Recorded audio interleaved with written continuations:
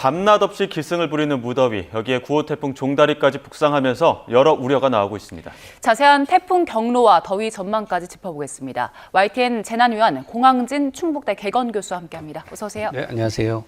일단 앞서 여러 차례 짚어보긴 했습니다만 지금 현재 9호 태풍 종다리 어디쯤 위치해 있습니까? 그러게요. 이제 뭐 더위도 걱정이고 예. 태풍도 또 올라오니까 걱정이죠. 그러니까요. 어디 있는지 궁금한데 지금 태풍은 아직은 서귀포 남남서쪽 한 300km 정도? 그러니까 좀 멀리 떨어져 있는데 예.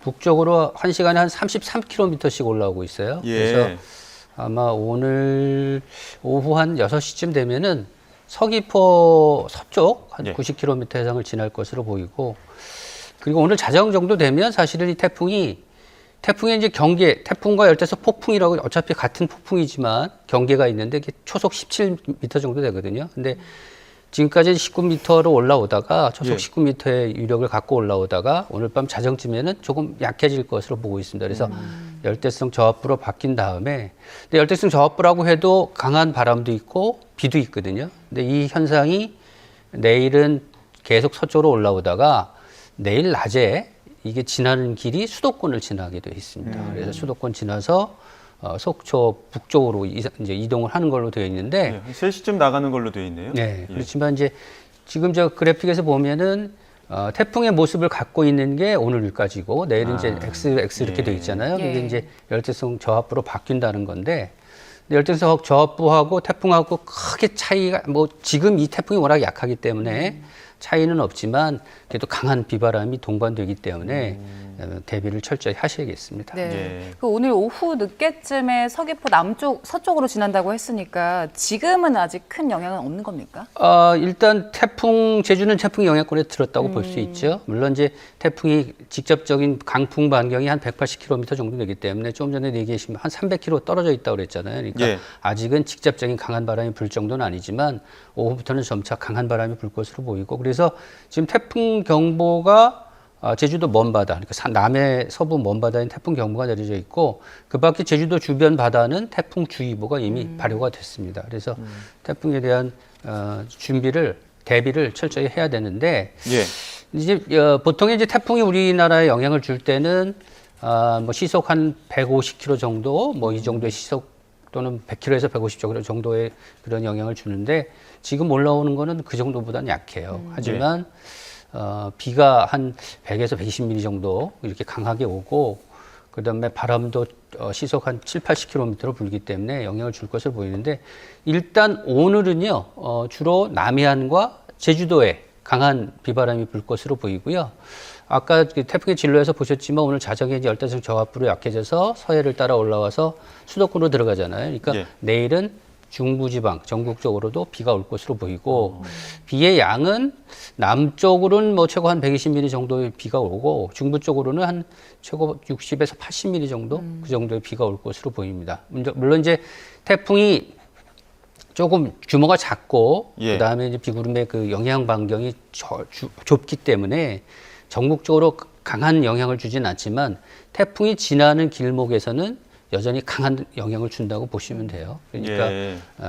대비를 내일까지는 태풍에 예. 대한 대비를 좀 하셔야겠습니다. 자, 자정쯤부터는 이제 중부지방도 이제 직접적으로 이제 영향권에 드는 정도일 텐데, 그렇겠죠. 오늘 낮부터는 중부지방 또 소나기도 내린다고 그러니까, 하더라고요. 오늘은 예. 이제 이렇게 보시면 돼요. 남해안과 제주도는 비가 오고, 예. 그다음 다른 지방은 소나기가 내리고, 예. 소나기가 내리는데, 소나기와 비의 큰 차이는 사실은 짧은 시간에 내리는 비냐 아니면 길게 이어지는 예. 비냐 이거잖아요. 그러니까 요즘 더위 때문에 못 살겠다 하시는 분이 많은데, 소나기가 오는데 왜 더위가 안 꺾이나 예. 이런 생각도 하는데, 그러니까요. 소나기는 짧게 내리기 때문에 그 더위를 완전히 식혀주지는 못합니다. 그래서 오늘은 중부지방에 계시는 분들 소나기, 예. 그리고 내일은 이제 비에 대한 대비를 하셔야 되겠습니다. 네.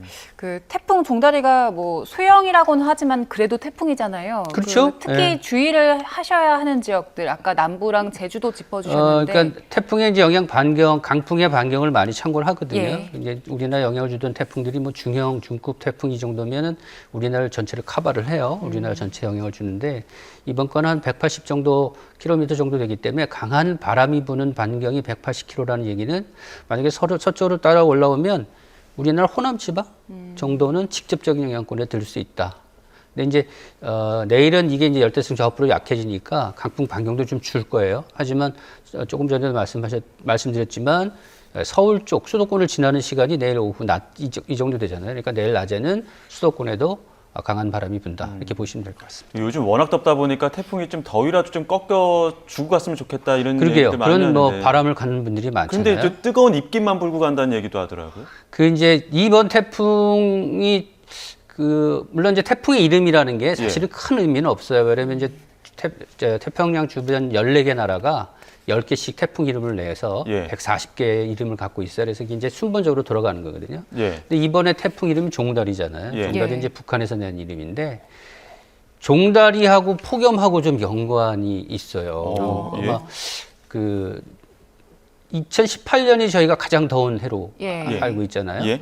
근데 이제 종다리라는 태풍이 2018년에도 왔어요. 2018년엔 7월에 왔는데 이 태풍이 죽었다가 다시 살아난 그 당시에. 그래갖고 일본을 지나다가 다시 우리나라 쪽으로 들어오면서 발달을 해서 서해 쪽으로 올라왔거든요. 근데 지금 우리가 갖고 있는 더위 기록, 폭염 기록이 다 2018년 기록이에요. 그게 8월 1일 날 거거든요.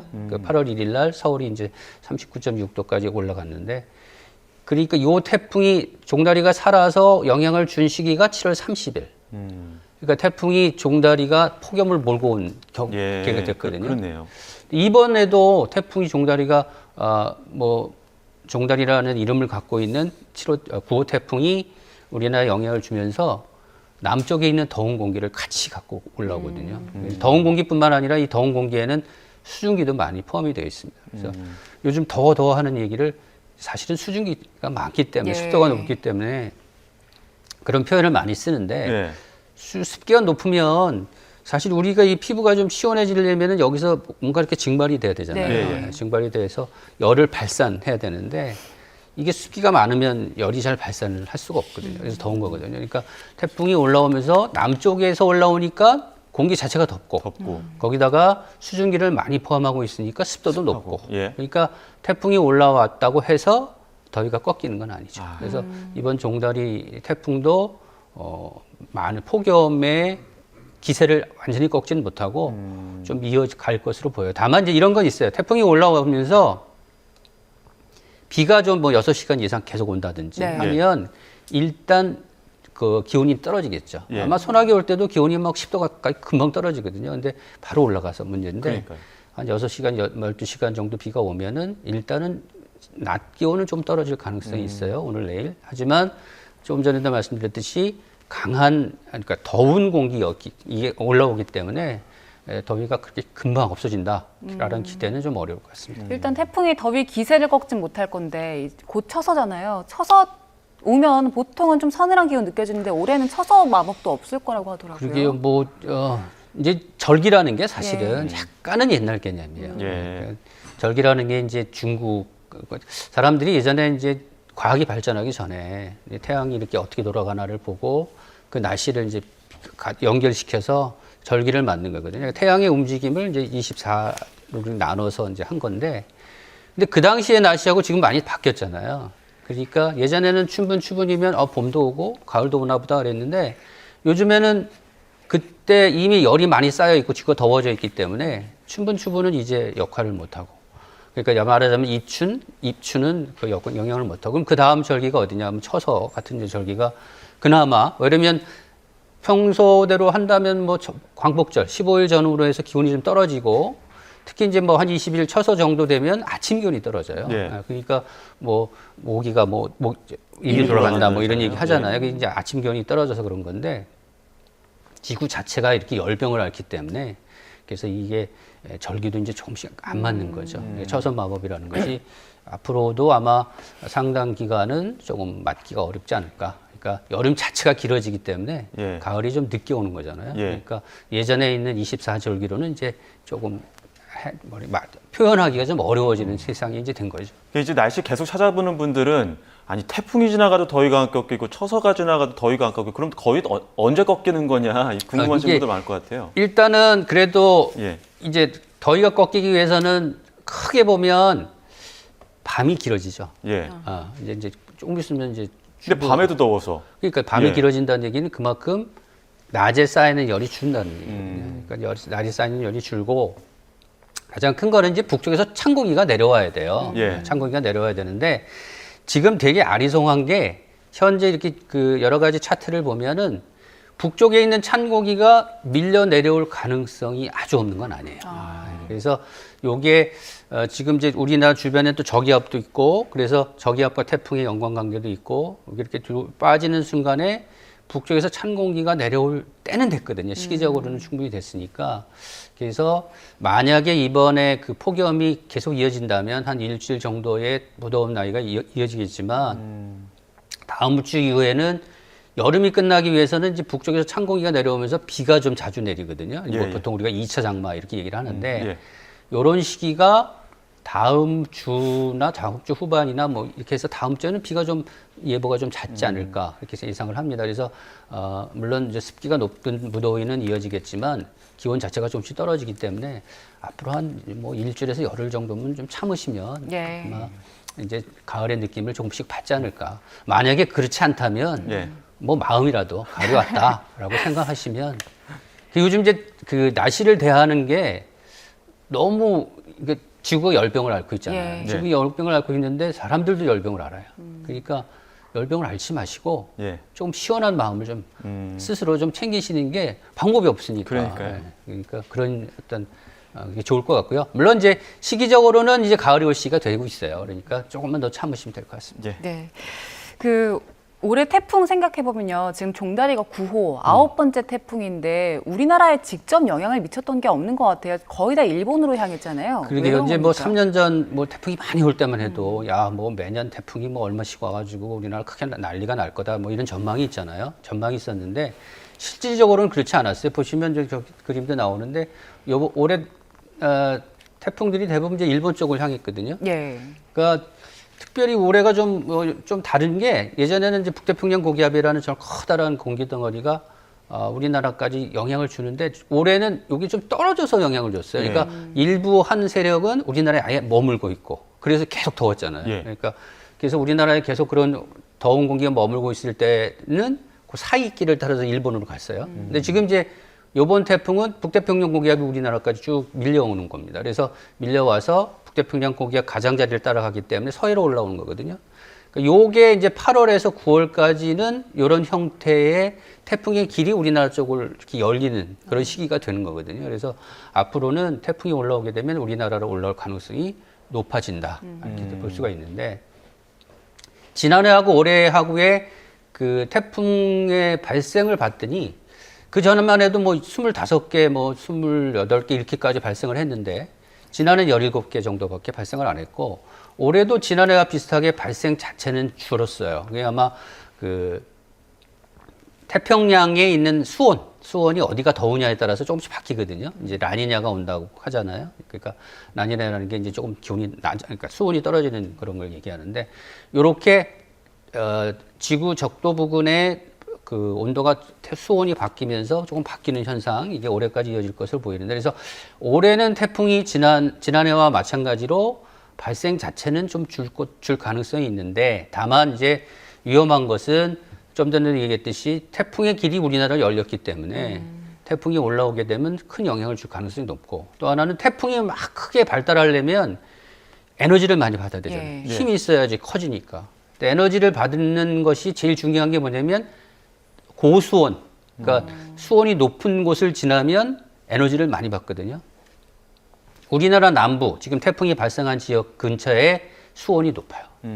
거의 한 30도 가까이 되는데 27도만 넘어도 태풍이 발생할 조건이 되는데 그래서 많은 열 용량이 거기 이제 많은 에너지들이 있기 때문에 앞으로 만약에 그쪽 부근에서 태풍이 발달해서 올라온다면 이번에 태풍이 약해지는 것은 사실은 우리나라 상층의 그 공기하고 연결이 되어 있거든요. 예. 우리나라 상층 공기가 태풍을 발달시킬 조건이 안 돼요. 그래서 좀 약해지는 건데 만약에 이제 8월 말이나 9월에 태풍이 올라올 경우 우리나라 상층에 있던 고기압이 서쪽으로 빠지면 이제 맴돌이를 유지할 수 있는 힘이 생기거든요. 그런 힘이 생겨서 우리나라에 오게 되면 강한 태풍이 올 가능성이 충분하다. 그리고 이번 태풍도 말하자면 우리나라 부근 가까운 곳에 생겼잖아요. 가까운 곳에 태풍이 생기면 왜 위험하냐면 빨리 그 세력을 유지하면서 와버리거든요. 그러니까 예전에 우리나라 영향을 준 태풍들이 강한 태풍들이 뭐 대만 부근에서 발생을 해도 우리나라까지 오는 동안에 약간의 힘을 잃어버리고 물론 이제 마찰도 많아지니까 그래서 힘이 약해지는데 우리나라 부근에서 이번처럼 뭐 높은 고수온 지역에서 태풍이 발생해서 길을 따라 올라오게 되고 우리나라 상층에 태풍이 어떻게 발달할 수 있는 조건이 만들어진다면 그러면 이번보다 훨씬 큰 태풍, 강한 태풍이 올 가능성이 높은 것이죠. 예. 그래서 일반적으로 9월까지는 태풍의 계절이라고 볼 수 있으니까 예. 태풍에 대한 대비는 올해 뭐 태풍이 얼마 안 왔다, 우리나라 오지 않는다 이렇게 생각하지 마시고 예. 앞으로도 충분히 올 수 있다 이런 생각을 좀 하셨으면 좋겠습니다. 그러니까 지금 한 일주일 열흘 정도 지나면 날은 좀 선선해지겠지만 좀 선선해질만 하면 또 태풍이 올 수도 있다 이런 예측도 가능하다는 그렇죠. 예, 말씀이시죠? 뭐 아침 선선하다는 표현은 아직은 좀 이르지만 예. 마음속으로 선선하다는 말씀하시고 조금 기온이 낮아질 가능성은 있어요. 아침 기온은 이제 한 열흘 지나면 낮아질 것으로 보이는데 태풍이 올라올 때는 또 더울 거예요. 예, 태풍은 워낙 남쪽에 있는 더운 공기를 갖고 오기 때문에 다만 이번 태풍은 와서 영향을 주고 빠져나가는데 그래도 더운 거고 앞으로 9월에 오는 태풍은 덥지만 빠져나가면 시원해지는 뭐 그런 형태가 될 것으로 보입니다. 예. 네. 폭염은 한 열흘 정도는 지속될 거라고 봐야 한다고 하셨고 그러면 밤에 더운 열대야는 언제까지 이어질까요? 열대야가 사실 기록이잖아요. 어떻게 보면 예. 이제 서울의 기록이라고 따지는 것이 이제 계속 이어진 열대야가 기록인 거고요. 예. 열대야 기록은 35일이에요. 예. 그러니까 그게 이제 94년인가요? 94년에 아주 더운 해가 있었습니다. 거의 예. 뭐 비가 안 오고 뭐 35일 정도, 뭐 35도 막 이렇게 올라가는 해가 있었는데 그때는 열대야가 35일이었어요. 서울에. 그래서 요번에는 연속인 거죠. 요번 기록은 최장 연속으로 나온 거고. 근데 열대야도 앞으로 한 열흘 정도 열흘 정도요. 정도만 좀 힘드시면 좀 참으시면 예. 좀 좋은 선선한 날씨가 올 것 같아요. 마음속으로 어찌됐든 결국 가을은 온다. 예. 알겠습니다. 여기까지 듣겠습니다. 지금까지 YTN 재난위원 겸 공항진 충북대 개건 교수와 함께했습니다. 고맙습니다.